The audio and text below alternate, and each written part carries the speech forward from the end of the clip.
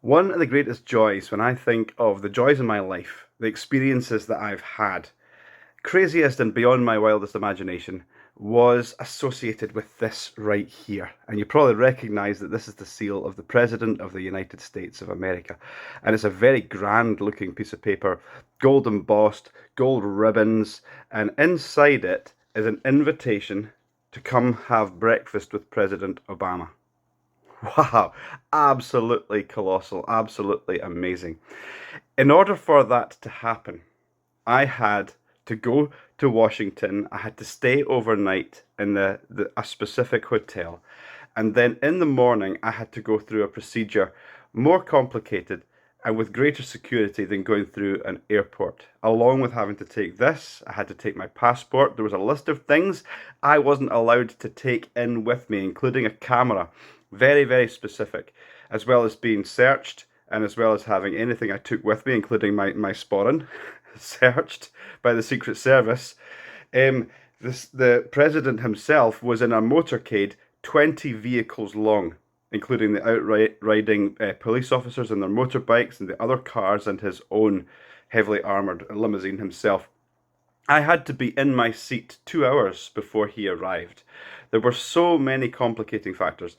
I needed help along the way. This is not something that Andy Chittick managed to do on his own. In fact, the only thing I did manage to do was get through security and sit in my seat on time, wearing my kilt the right way round. Because I needed someone to help me even with the cost of flying over there to Washington. Someone else helped me with the cost of staying overnight in the hotel. Somebody else that has a connection got me this ticket. I couldn't get this ticket. My friend couldn't get this ticket. My friend's friend, who was connected, managed to get this ticket.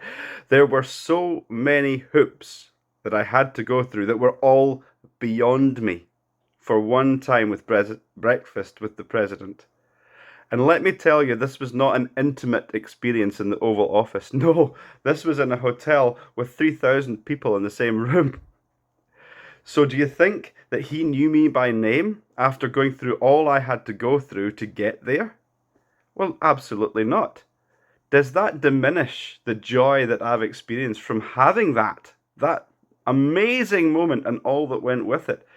Absolutely, it does not diminish the joy of being in that group of people, being in that crowd, feeling the electricity of the group. It was a prayer breakfast, hearing the prayers, hearing the messages of hope, the gospel proclaimed by incredible people and sung by other incredible people.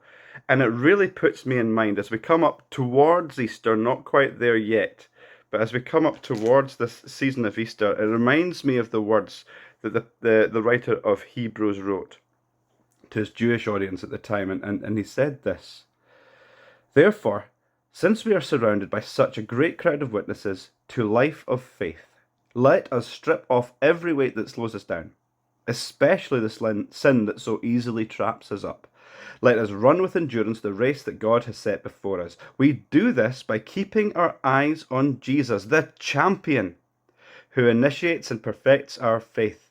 Because of the joy awaiting him, he endured the cross, disregarding its shame, and now he is seated at the place of honor beside God's throne."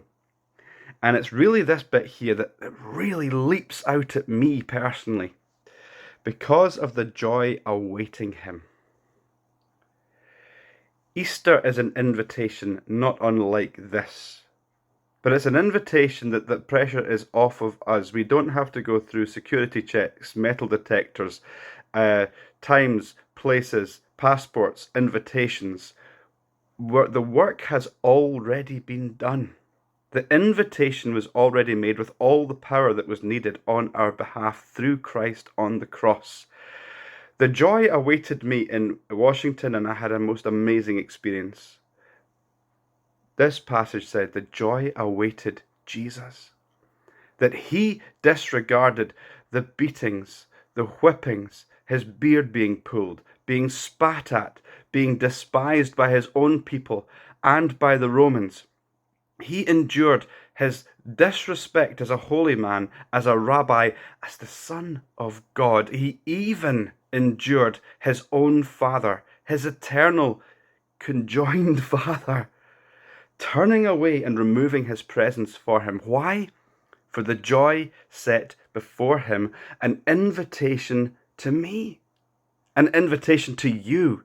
Come, be part of my eternal glory. And for now, where you are, you can carry a little deposit of that joy wherever you go, a little glint of gold that you can transport with you, more than enough for you to share with others this Easter. For the joy set before him, he endured the cross. For the joy set before us, accept the invitation today to live that adventure, and accept it on behalf of those you share today with. Thank you, my dear friends.